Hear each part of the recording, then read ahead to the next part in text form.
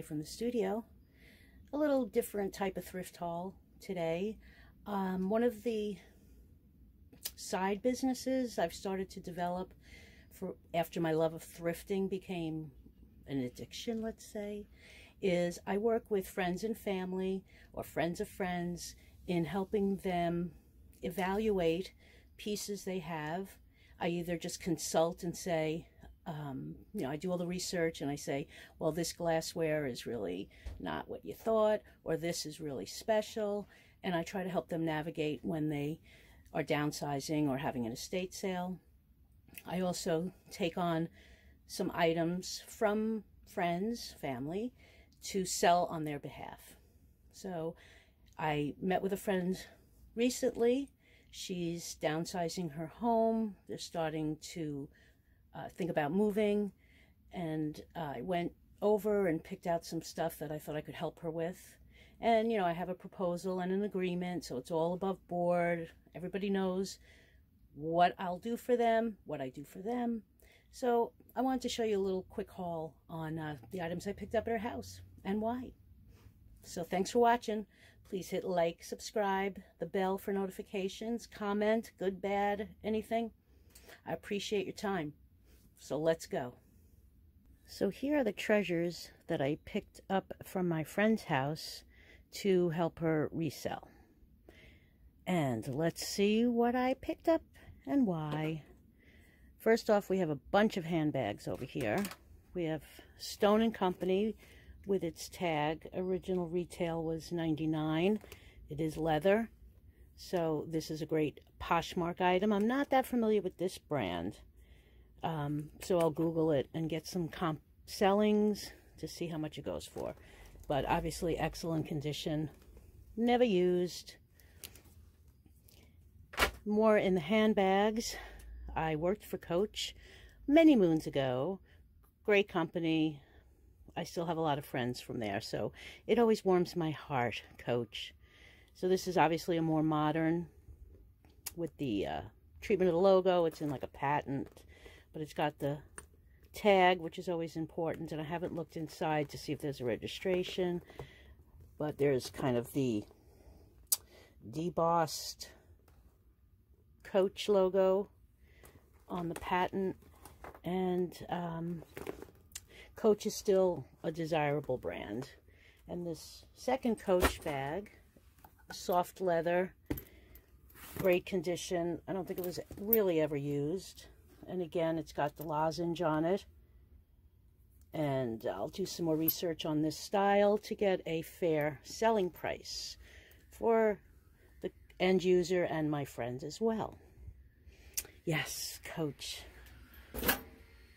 The next item is this really pretty tea/coffee pot.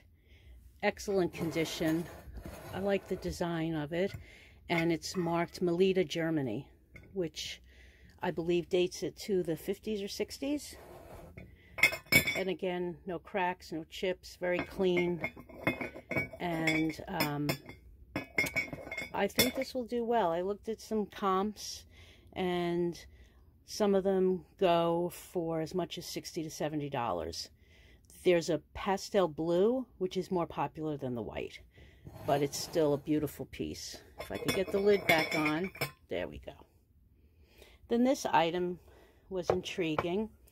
It's heavy depression glass, definitely vintage, old school juicer. Then you would just pour your juice out from here.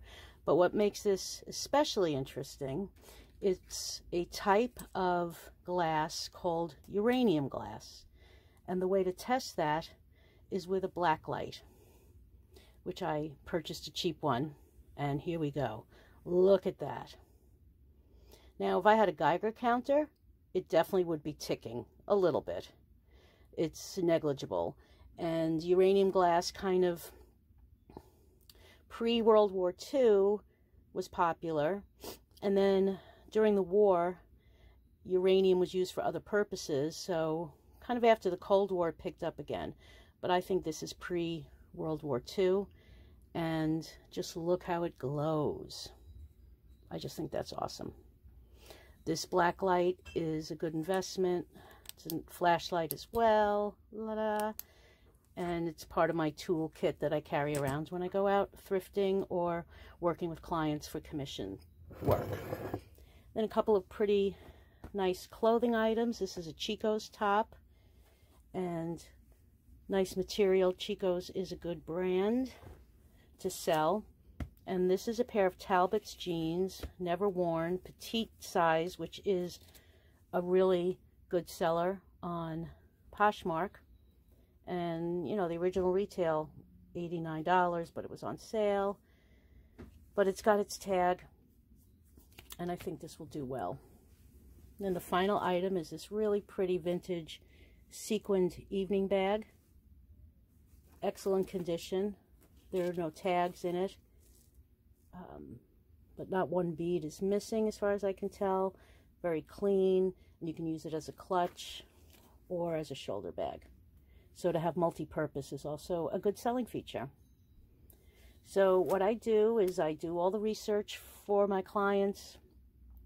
I do all the photographing, the posting, and the selling, and then I split the net sales with them.